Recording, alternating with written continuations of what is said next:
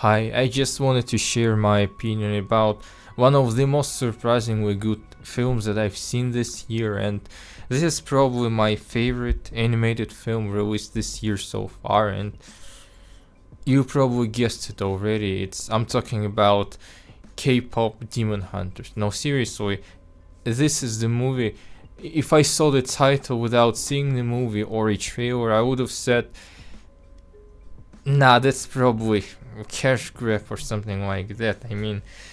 It absolutely could have been this, like men in suit, like like in Barbie movies, those men in suit in some high tall building somewhere in LA, sitting and thinking, we need to make an animated movie. So, what are kids into these days? So, animated video games, K-pop. The kids are definitely into K-pop. So let's make a quick cash grab about K-pop. Well, kids are gonna watch this, cool, right? Well, this movie certainly looked like this.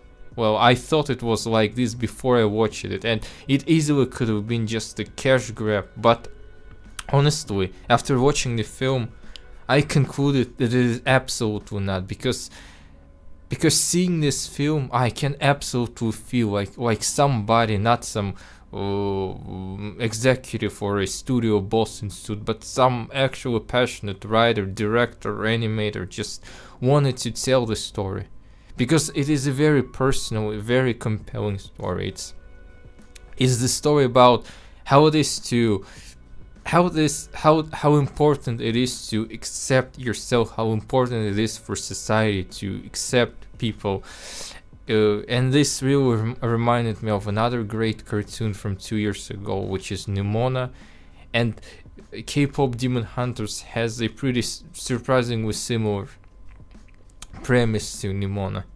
So the main character named Rumi. So the story is that the for hundreds or possibly thousands of years, the three Korean female musicians were forming a team to fight the demons who were kidnapping and torturing people. So the current guardians against the evil demons are a K-pop trio, K-pop band called Huntrix. So the main catch is that the main character, the main out of this trio is Rumi, and she is a demon. She's a demon, and she has the spots that which demons usually have on her body, and she tries to cover it. Her aunt, she tries to tell her to cover herself, to hide that side of herself. Rumi is fighting demons for years while being a part demon herself, and she's trying to hide this part of herself until she realizes that she can't do it anymore. She's fighting for the city, for the people of the city. But she cannot fight for them anymore if they cannot accept her as she is, if they cannot accept that she is a demon, if people cannot accept that demons can be good. You cannot claim that the whole group is bad. The people can be. It all depends on people. So Rumi is half or part demon, but she is good. She fights for good. She protects people. She gives them joy through her music and through fighting against demons. And she just wants to be accepted. And at some point closer to the end, when her demonness is exposed, she goes to her aunt and she tells her aunt that she's not gonna hide anything anymore. And then for the final battle, she comes to stage. She doesn't cover herself anymore. She shows to everybody who sees, and it's a live concert which millions of fans watch. So millions of people watch it live, that she shows herself, and her friends, Rumi's friends who previously rejected her for being a demon, they also accept her. And there is this absolutely fantastic, fantastically magnificently animated musical sequence where the three girls unite, where Rumi shows herself and they defeat the evil boy band, the demons. So this is one of the most inspirational moments that I've seen in animation recently, or maybe even ever. It was this good, you know. So this is a film that has a very very good message. This message says that stay true to yourself and do not hide yourself, because if you try to hide yourself, people will find out eventually. And it is very important that you yourself accept yourself, and of course people should also accept you. So this movie has an absolutely fantastic message. And the characters are very well written, especially the main character. So this leads me to believe that this isn't cash grab or anything. It's an actually passionate story told by a creator, which, you know. And the music in this film is also really good. You know, I'm not into pop music, I'm not into K-pop especially. Oh, okay, the songs were good. Okay, I always admit pop music is catchy as hell. I don't normally listen to it. I prefer prog rock and independent music, but I always acknowledge that pop music is catchy as hell. That's why lots of people listen to it, and the music in this movie was catchy, of course. Not all the songs were good, but most of them. But the thing is that the songs are not just regular pop songs that you listen on the radio. This movie is actually a pop. I would say it's a K-pop musical. So each song serves a certain purpose. Like the characters grow, the characters change through music, through the songs that they perform and write. One of the most unrealistic parts of the movie, of course, but we'll get to it. So this movie is a full-blown K-pop musical. Every song contributes something to the characters, and it all builds up to the final song. And I just love music. I just love rich, big theatrical musical performances, and this movie absolutely delivers that. It delivers that. So two reasons why, actually, 2 out of 3 reasons why I love this film, as I said, is a fantastic, inspiring story, the characters and music, and also, of course, I cannot not mention animation. It's just good. It's just good.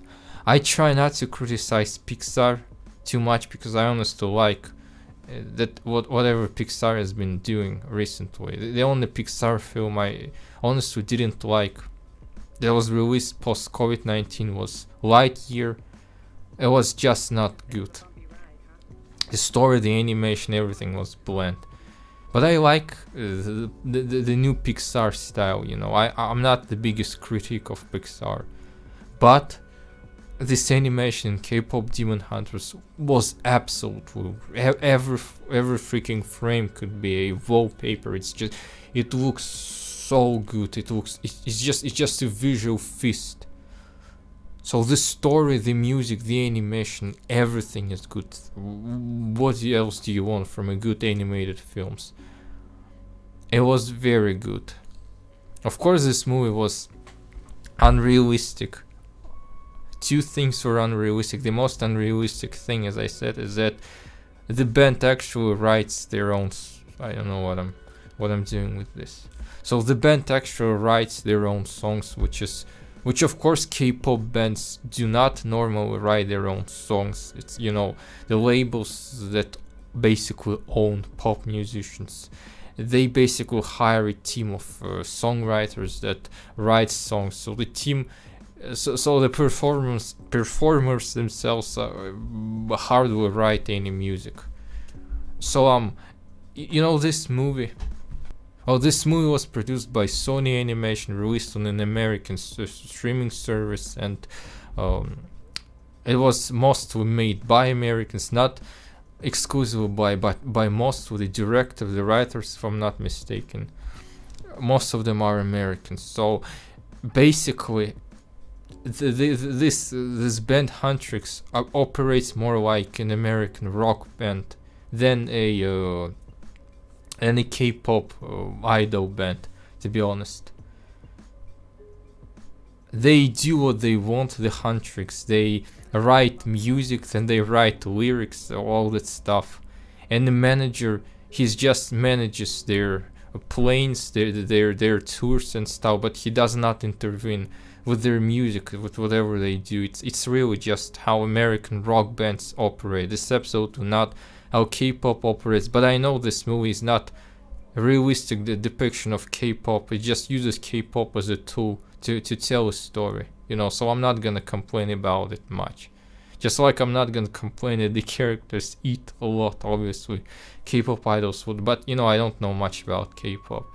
Well, I think I do, surprisingly. Oh, also, the character designs were absolutely beautiful. Yeah, I just have nothing to say. It was beautiful. Yeah, and the voice actress who voiced Mira, I was really surprised to find out that this is not Stephanie Beatrice, because she really sounded like her. I heard that all the characters voiced by Korean Americans, so I was surprised that the Hispanic actress voiced the character. Turns out it was not Stephanie Beatrice, although sounded absolutely like her, so I was flabbergasted to find out it is not her. But you know, if you watch it, the movie sounds exactly like her, like absolutely, like almost like a clone voice or something. Yeah. You know, there are two movies that K-pop Demon Hunters really reminded me about. It's Equestria Girls, Rainbow Rocks, almost the same story, almost the same. In the final musical battle, the Dazzlings against the Rainbows against the Dazzlings, like Huntrix against the Saja Boys. And the second movie is Ryan Coogler's Sinners, which I watched in April. The premise is almost the same. In Sinners, music has been used for thousands of years to fight vampires, and in K-pop Demon Hunters, music has been used similarly to fight off the demons. So yeah, these two movies, Rainbow Rocks and The Sinners, K-pop Demon Hunters, reminded me of those two movies. So overall, definitely good film, definitely strong 9 out of 10, definitely very inspiring, very beautifully made, and I just loved it. Okay, definitely the best animated movie this year so far, and I don't think that anything will top it, honestly. Anyway, thanks for listening, watching my review, my opinion. Thank you, and hopefully see you again.